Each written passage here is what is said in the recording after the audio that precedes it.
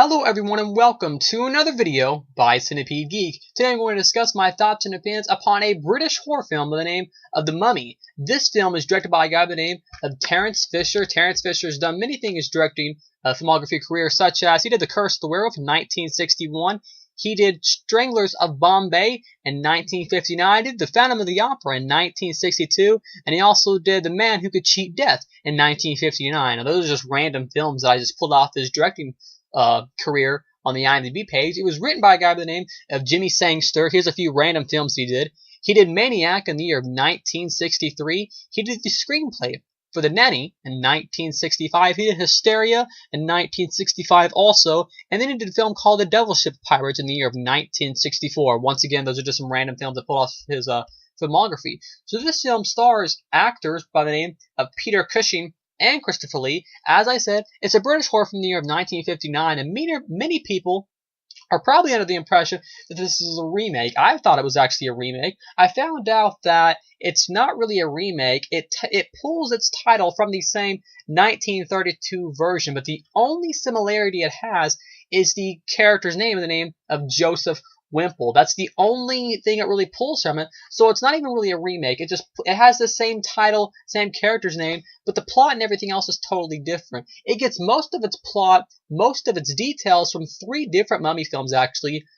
It actually gets most of its plot details from The Mummy's Hand, The Mummy's Tomb, and The Mummy's Ghost. I'm not sure if those are Mummy sequels. I'm not for sure if those are just different Mummy films entirely, but that's where most of its content comes from, is The Mummy's Hand, The Mummy's Tomb, and The Mummy's Ghost. But anyways, 1959 British horror from the name of The Mummy, and the main plot is pretty simple. Obviously, it involves a mummy. But what pretty much happens is there are these British people in Egypt. They're pretty much digging up a tomb. There's an Egyptian guy that doesn't like it, and there's a backstory that goes on with the whole mummy and all that, but I won't spoil that backstory. But then this Egyptian guy pretty much reads off this scroll, brings this mummy to life, and he pretty much wants to wreak havoc and kill, and pretty much just in general, get revenge on the people who dug up the tomb, and pretty much in his exact wording, who desecrated the tomb of the mummy. And that's pretty much the main plot. The mummy getting revenge because of the Egyptian reading the scroll of life and that whole thing. And that's the plot of the 1959 British horror film by the name of The Mummy. So what did I think of The Mummy? I really enjoyed this film. This was a great film, full 10 out of 10. Nothing bad to say about it. One of my favorite things about it, we have Peter Cushing playing as the man who actually desecrated the tomb, and then you have the great Christopher Lee, obviously known for being in Lord of the Rings films and the original Wicker Man and stuff like that. He actually plays the role of the Mummy. So let's talk about performances first. Let's talk about Peter Cushing first before I talk about Christopher Lee. Peter Cushing plays the role, the man who desecrated the tomb. He plays a great role. He's really cool.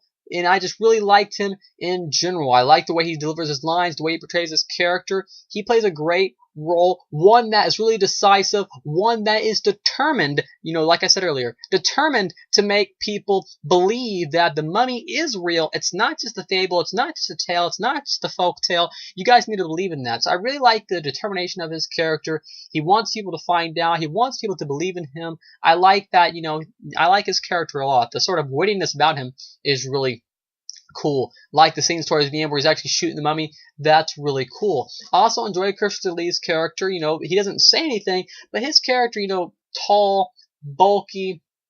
What his character does have, though it doesn't speak any dialogue, it's still able to portray emotion. It's like Michael Myers or something to remind me of. Is that though it doesn't say anything, though, he doesn't make a lot of facial expressions, you could still see that through the cocking of the head, the droopy eyes and stuff, you could still see that the mummy does have somewhat of a character, does have some sentimentality and some emotions behind him. He has a great has a great stature, great posture to his character, where it's just a great presence when he bangs through the door, bangs through the windows, where it really makes for a scary time. I really thought some scenes were very scary, not really eerie, because it did have a kind of a good build-up, but mainly just the scenes would come out of nowhere where, Peter Cushing would be holding the gun, and out of nowhere, the mummy would just, towards the end, big spoilers coming up, he would bash through the glass door and the windows and everything, and I think those scenes really worked to the advantage of the film. Like I said, a great stature and presence that Christopher Lee had. And even some sentimental scenes towards the end where he actually sees the girl, and I'm not for sure if she was supposed to be the reincarnation of the princess or if she was just looked exactly like the Egyptian princess.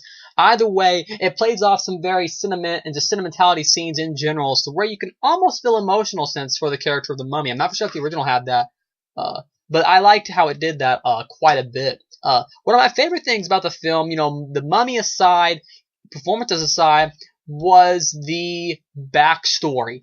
It's a pretty long backstory. I didn't check the time when I was watching it because I was so involved with the film, but it was probably at least a good 10, maybe even 15 minutes, probably about a good 10-minute backstory with Peter Cushing's narration over it, where he's telling the story to, trying to convince the guy, and the guy won't believe him. But he pretty much says, here's the curse, and it's just this huge backstory about pretty much almost a romance where this mummy is protecting this princess. He found love. He actually wanted to bring the girl back to life. Because of him wanting to bring the girl back to life, he was buried alive to become a mummy. And I love that whole backstory. That backstory was probably the coolest. Once again, I will say the coolest thing about the film was that backstory. It made so much sense. It built so much upon the film that once that backstory was introduced, I was able to be entertained the entire time.